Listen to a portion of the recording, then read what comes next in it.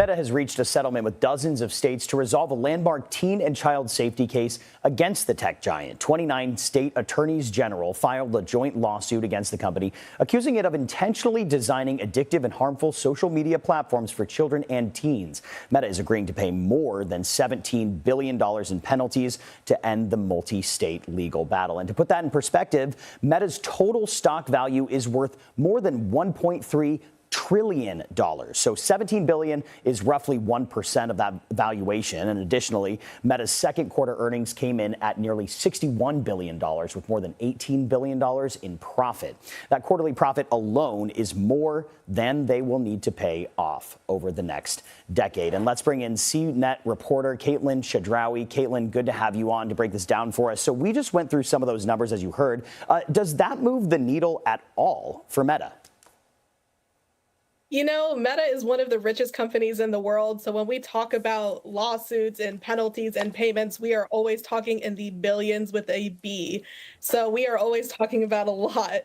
But this is a really significant payment. It's one of the biggest we've seen Meta agree to pay as the result of a lawsuit. And this does bring an end to what has been a multi-year legal drama, with many states and many plaintiffs saying that Instagram and Facebook are not safe for teenagers.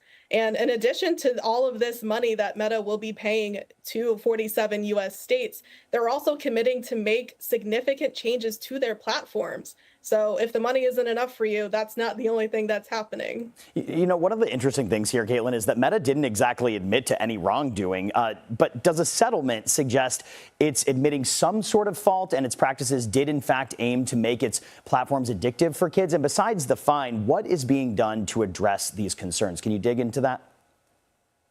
Yeah, you know, Meta's not admitting any wrongdoing, but it is fixing a lot of the things that states and experts were saying were dangerous. So, for example, now Meta is going to be implementing a daily 2-hour time limit on Instagram and Facebook.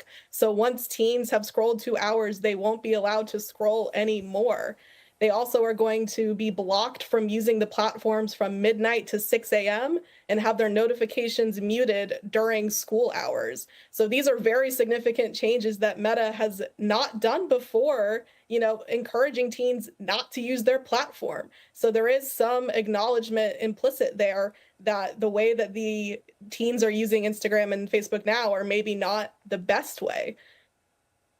Well, Katelyn, just really quickly, we only have about 30 seconds. You know, a lot of parents out there are concerned that kids have quite a way of circumventing some of these safeguards when it comes to maybe lying about their age or things like that. How can they effectively implement those policies that you just mentioned?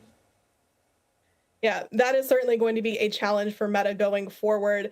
The company has said it's going to be implementing stronger age assurance technology, which means they are going to be actively sniffing out these younger users so that they can put these protections around them. But we are going to have to wait and see just how effective they are. Yeah, it really matters when rubber hits the road. Katelyn Chedraoui, we appreciate your insight. Thanks for coming on.